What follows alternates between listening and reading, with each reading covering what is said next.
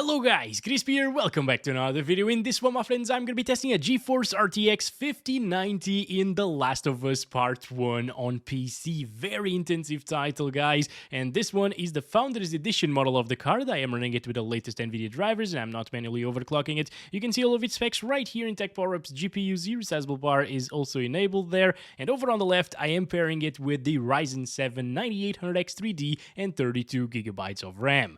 Let's get into it. Shall we? Alright guys, let's go for the settings first. We got those 32GB of VRAM available, so no problems whatsoever in this one. Unless we try 16K resolution, which, well, it's in the menu today. Let's go over the settings here. I'm playing at the Ultra settings now with 4K resolution. Pretty much everything is maxed out over here, as you can see. And on the display settings, I'm using 4K borderless windowed because there's no full screen in this game, alright? And the anti-aliasing set to DLAA. No scaling mode at the moment, or the resolution scale, DLSS, but I should probably try that out a little bit later. But yeah, let's try it like this. Also, while it's loading into it, The Last of Us Part 1 does not support DLSS override, if you're wondering. So yeah, we can't really use DLSS 4 in this one, at least at the moment. But it still looks extremely good, and oh boy, these are very nice FPS to begin with. 120s, it's a high refresh rate experience at native 4K resolution. Remember when this game came out, guys? It was an absolute stutterfest, really ridiculously intensive, you know. It wouldn't really run very well, and it would run out of VRAM on pretty much every card out there because of a memory leak. Well, they have actually fixed it, and look at that frame time graph now. It brings a tear to my eye, actually. That's so beautiful. Every single time I see a flat frame time graph.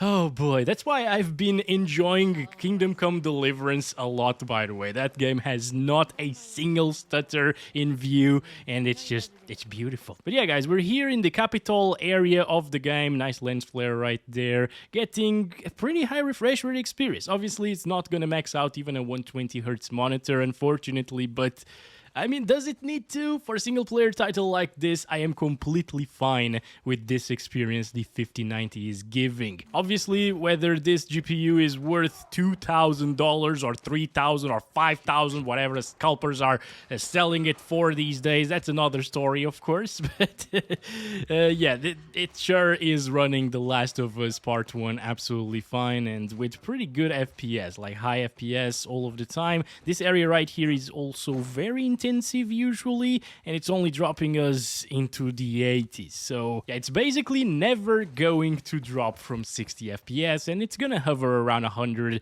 to 120, sometimes even more, like 150, depending on the area of the map or the mission that you're playing at the moment. This one is one of the most intensive ones. That's why I chose to play this on video today, and I have actually played through the entire game, so I know what I'm talking about, okay? I have seen the FPS being a little bit lower in a snowy part of the game, a little bit later on, but it was only by a little bit, and it wasn't really for a long time, you know? So I would say that this is actually the most intensive area in the game, where you're gonna spend like, 5 minutes getting these FPS, and it works pretty well. Once again, what should I swap the... Nah, definitely not. I don't want a little stick on the ground.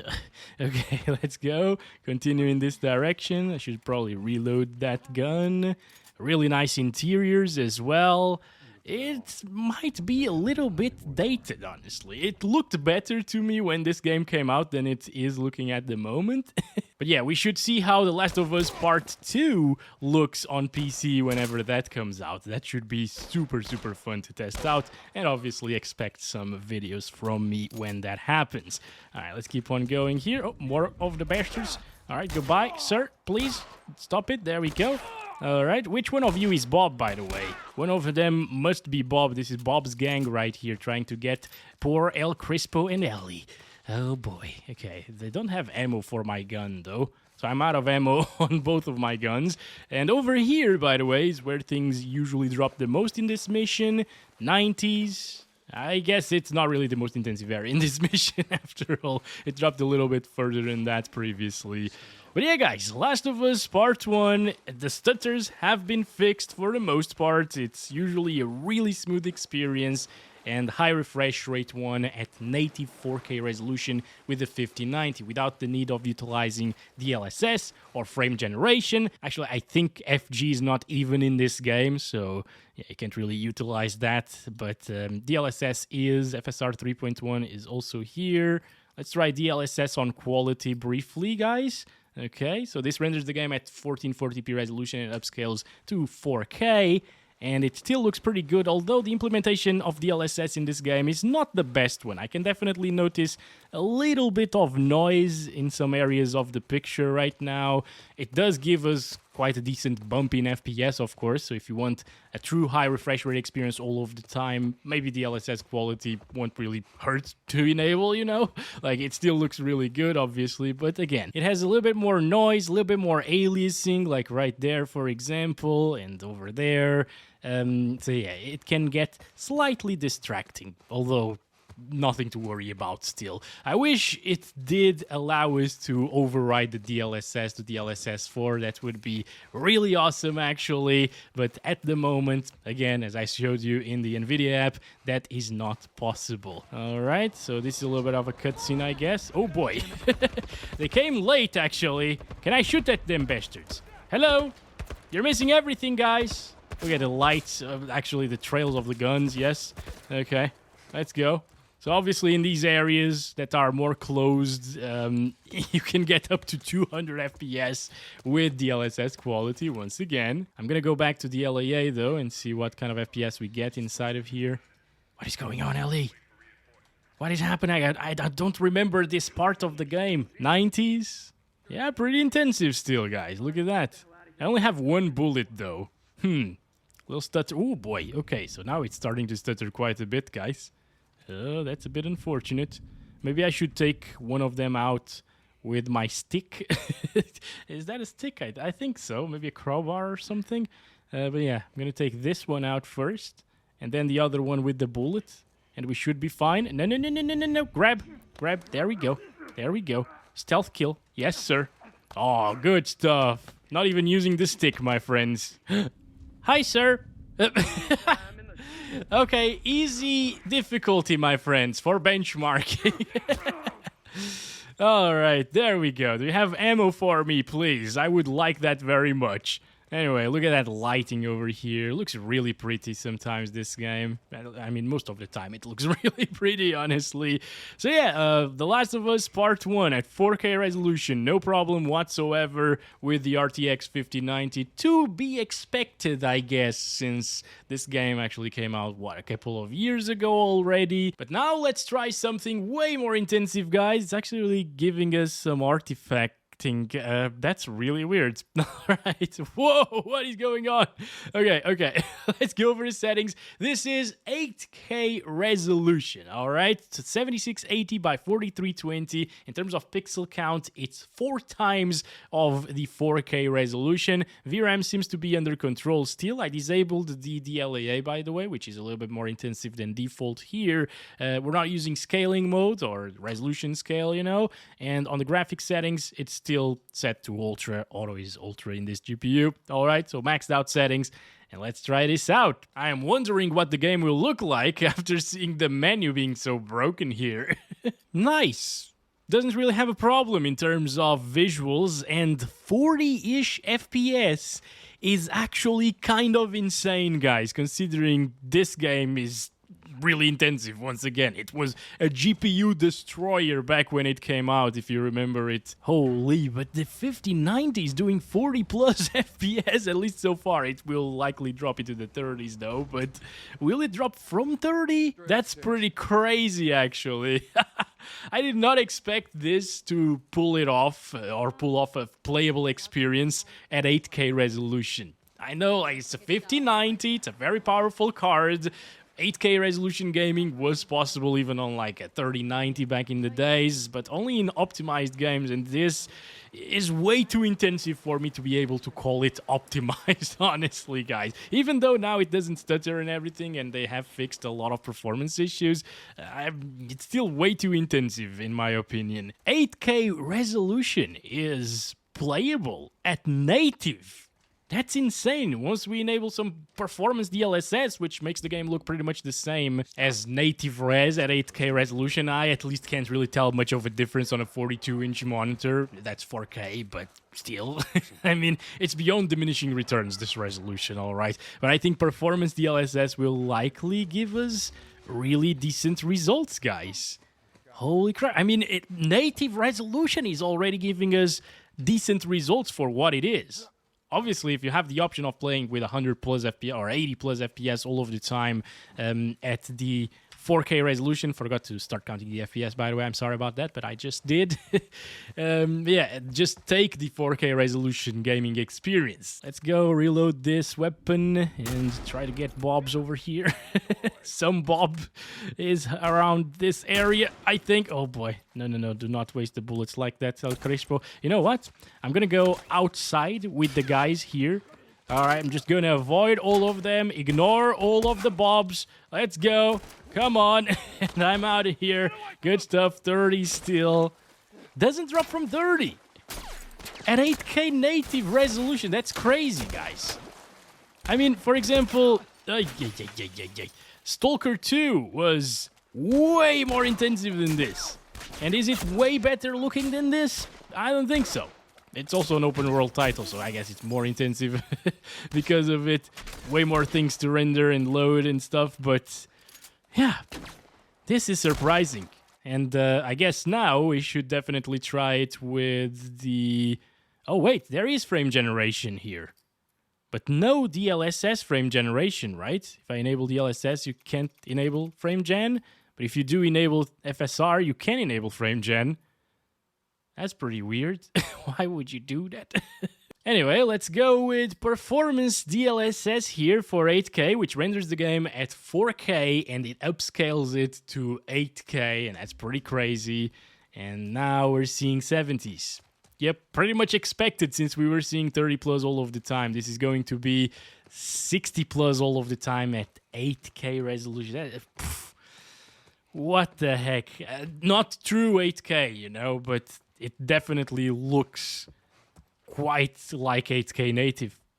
I can't really see shimmery edges. I'm sorry about the screen tearing right now. G-Sync isn't kicking in because we're above 60 FPS now, and this is only doing 60 Hertz at 8K resolution. That's why it tears sometimes, but yeah,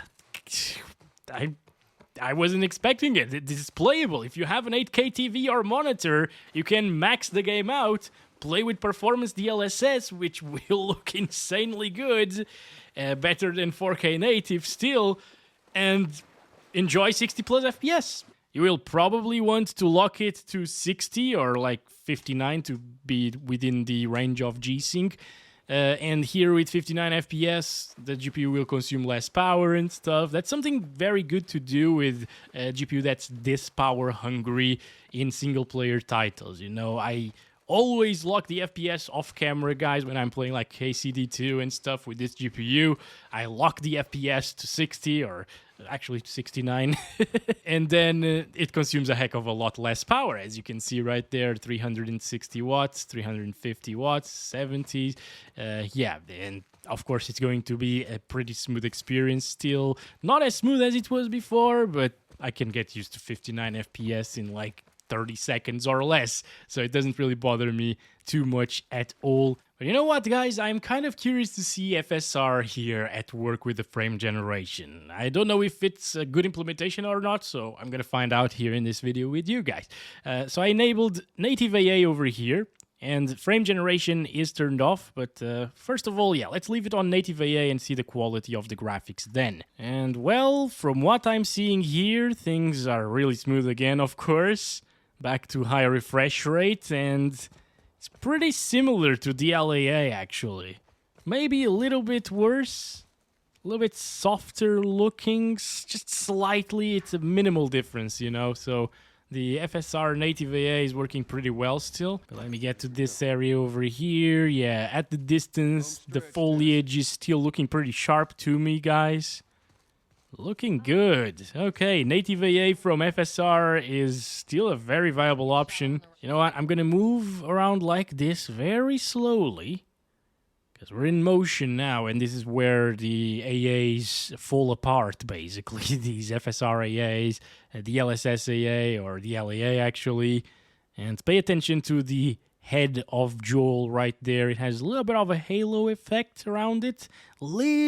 Tiny little noise around it. And I'm going to check it out now with DLAA.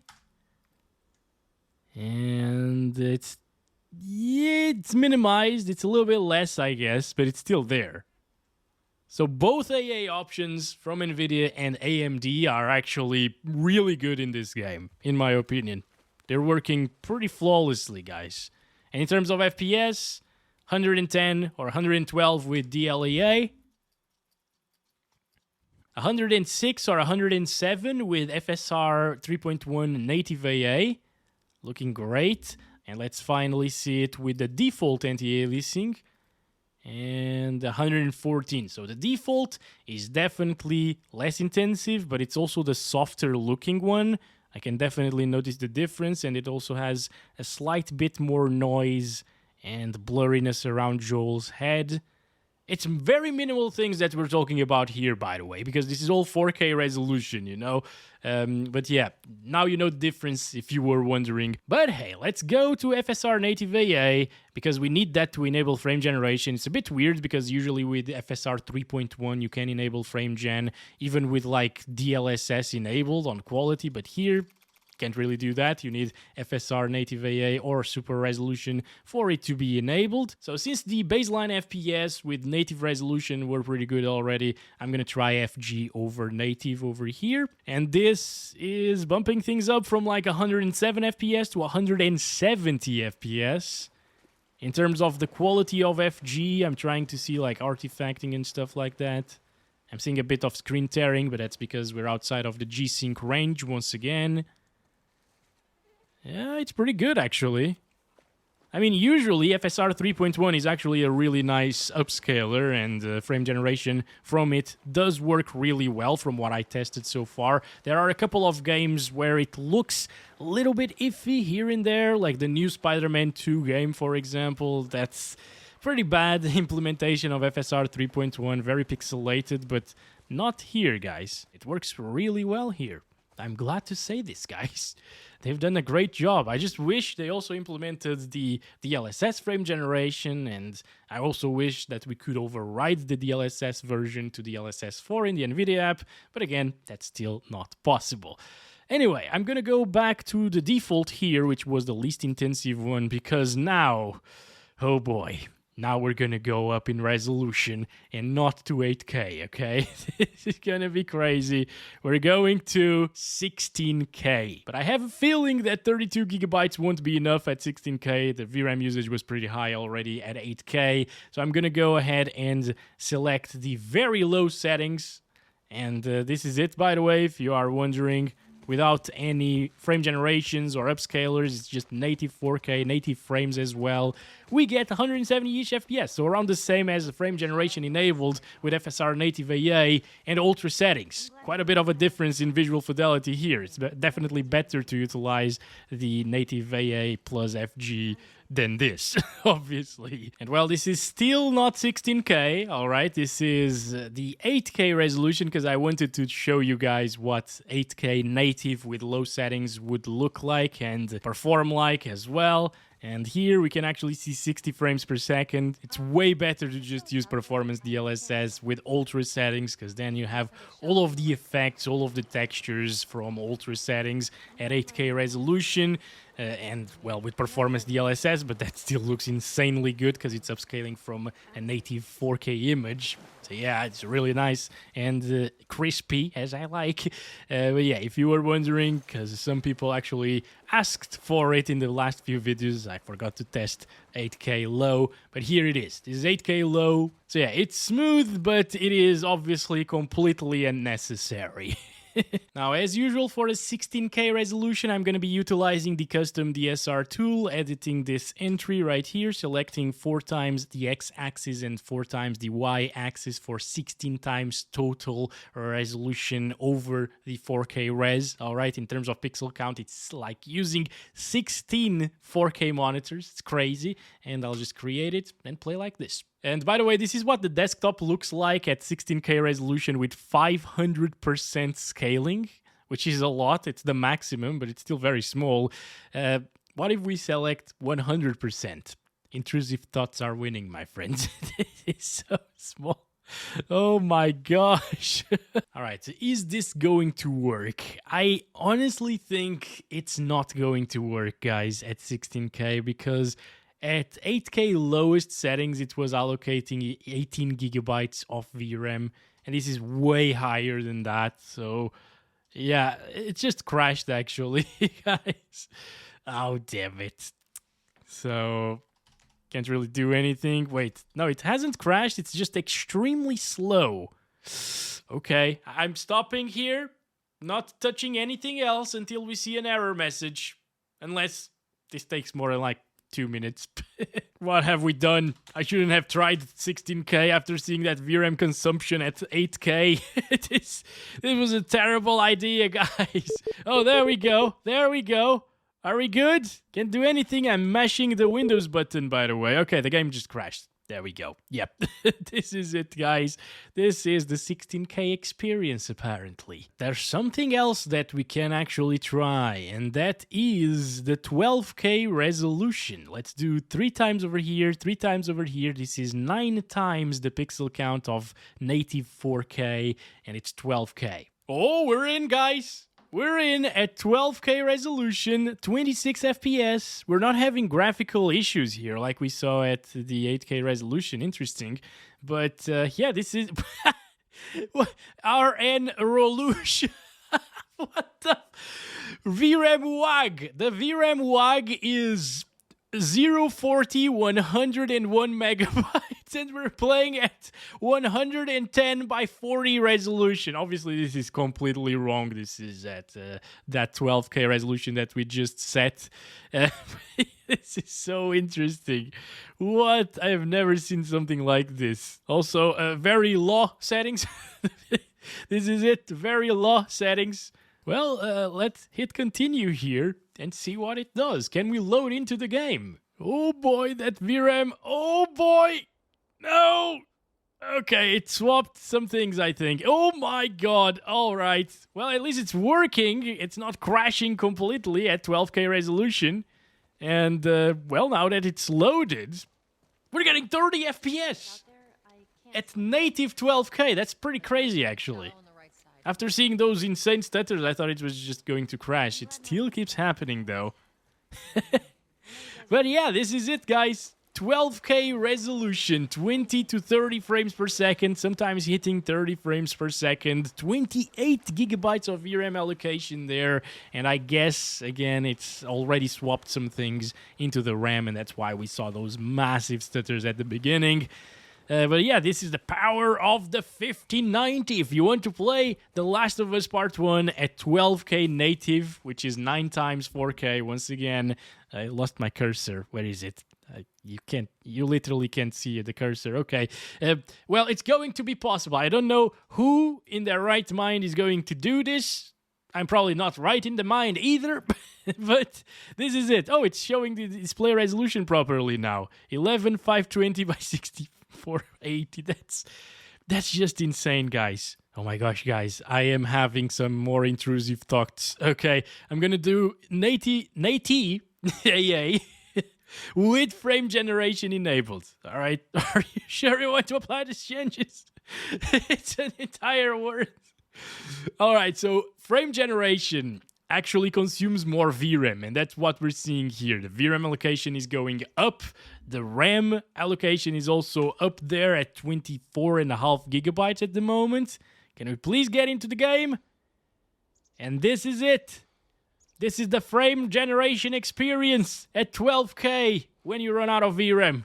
We'd probably need like a 48 gigabyte GPU to play this without, well, 1 FPS and with the frame generation enabled, guys. But hey, here we are. It still hasn't crashed at the very least, so I'm happy about that. And I'm very happy to be here making this video for you guys as well. So thanks so much for watching, because without you beautiful people, I wouldn't be able to be here. So thank you so much for watching this video. Hope you guys enjoyed. these crazy experiments and stuff. And I'll catch you in the next one very soon. As always, love you all. Bye-bye.